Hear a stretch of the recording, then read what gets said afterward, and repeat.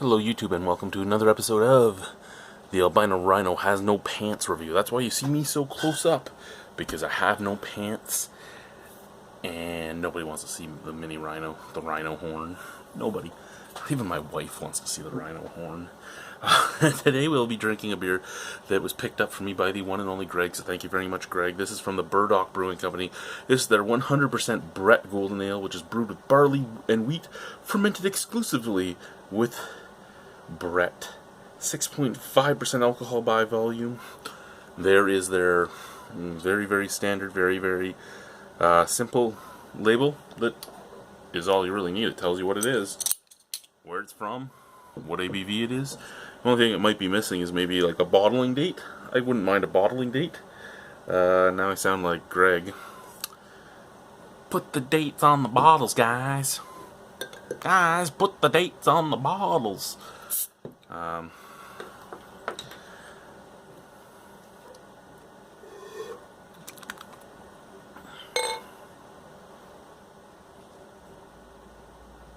Put your dates on the bottles, guys.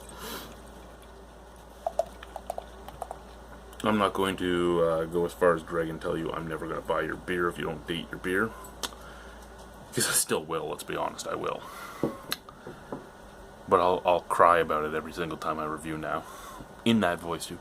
Put the dates on the bottles, guys. Just like that. And when I say Greg, I'm not talking about the Greg that picked these up for me. I'm talking about a different Greg. Big, fluffy white head. Little tiny bit of snap, crackle, pop, but bright white head. Lots of carbonation moving in there. Tiny bit of haze. That brassy gold color. Down here there is no haze, it's crystal clear. Up here where it's thicker, there's a haze. So there is a tiny bit of haze in it. Just where it's thinner, there's absolutely none. It needs that thickness to get that visual stimulus to look like it's hazy. Smell? Yeah. Smells like Brett. It has that it's that slightly tart slightly tart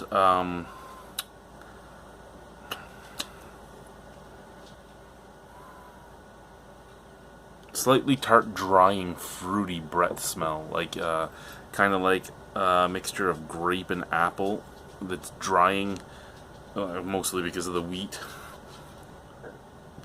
and slightly sour. So it's not that horse blanket or barnyard funk smell, it's the slightly sour variation of Brett. And I know, Brett isn't really supposed to be sour. No, I know that, but I do get a tart sensation off of Brett sometimes, mattering the way it's fermented. And I've gotten everything from horse blanket all the way down to sour with a Brett beer. Usually even the sour scented ones, though, are very drying and very kind of cloying on my palate. Let's drink the beer. Let's find out now that the head's gone. Cheers.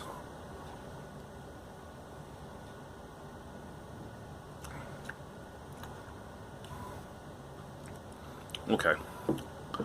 So this Brett Golden Ale basically tastes a lot like their Brett Saison. Not like an exact replica of it, but pretty close. And a little lower ABV, but pretty much the same beer. I mean, you get that neutral graininess from it, from the wheat. You get that slightly drying middle from the wheat. You get a tiny bit of tartness, tiny bit of clove, a little bit of grape, a little bit of apple.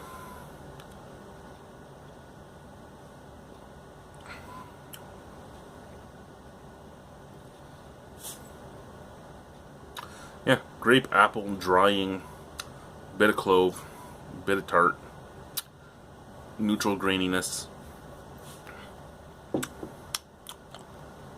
Tastes like a Saison, it's just missing the pepperiness. There's also another fruit right in the background. It's an ester coming up from the yeast. And I almost want to say banana, but I don't think it is.